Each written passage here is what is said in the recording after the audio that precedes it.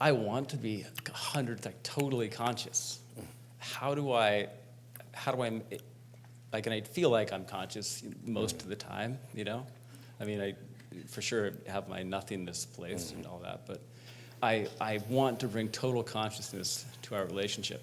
How do I make sure that I'm conscious of the right things, you know? Well, you pay attention, for one, right? Right. And then you don't tolerate neurosis around it either. Like my own neurosis. Your own neurosis, her neurosis? Hers, okay. Yeah, yeah. I mean, it's one thing to be habitually 10 minutes late, and the other piece is that you thank her for holding you to a standard of consciousness that makes you a better man. So Yeah. if you showed up and said, fuck, babe, you know, you're right, I'm 10 minutes late, I've been doing this a lot, I can see how this is really upsetting for you, right? Then you're actually bringing awareness, and you're saying, oh, I'm aware of the thing that you're feeling, and I'm acknowledging it.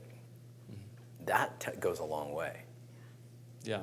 That goes a long way. So just acknowledging, like, the places where you drop it, that's really, it's not so much the 310, it's that you dropped it, and then you didn't acknowledge that you dropped it, or you got defensive about dropping it. Right. Right? Versus saying, fuck, you know what, baby, you're right, this is so disrespectful of me. Yeah. I said I'd be here. I can understand why you wouldn't trust me. You know, I'm going to do my best. No, that makes sense. I feel like I do acknowledge it most of the time, and or maybe she'll bring it, but I. She's holding on to it. No. She's holding on to it. She's right all the time, and it like hurts, you know. And so I've got to Right. own that, but sure. being so there's a difference, and I see this a lot in women, and I'm sensing it in you. Just because you're right does not mean that you should close. You can be right. In fact, you're probably right 90% of the time.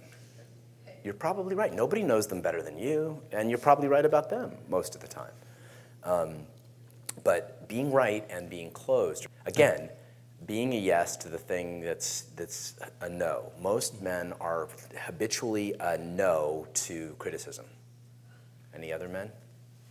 Come on, the rest of y'all are lying motherfuckers, right? All right, yeah, like, so I'm a no to criticism or feedback. Let's call it feedback. It occurs as criticism, right? So there's a difference between honest feedback and castration. There's a difference, but we'll get it. Yeah, I imagine you don't. I imagine you don't, but I'm just saying that there is a difference, right?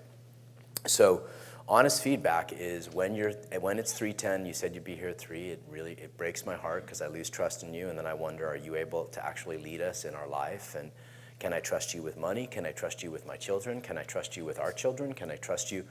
Right? This is all what happens from 3:10. Right? This is why it's so dramatic, right? Because it's not just 3:10. It's your integrity and your consciousness that's coming into question. But we digress a little bit. Here's the thing. You've all got good reason to be mad at each other's habitual closure or lack of consciousness.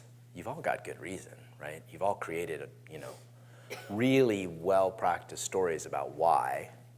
And then I'm asking you, for the sake of this weekend, to suspend those stories and come to this without history.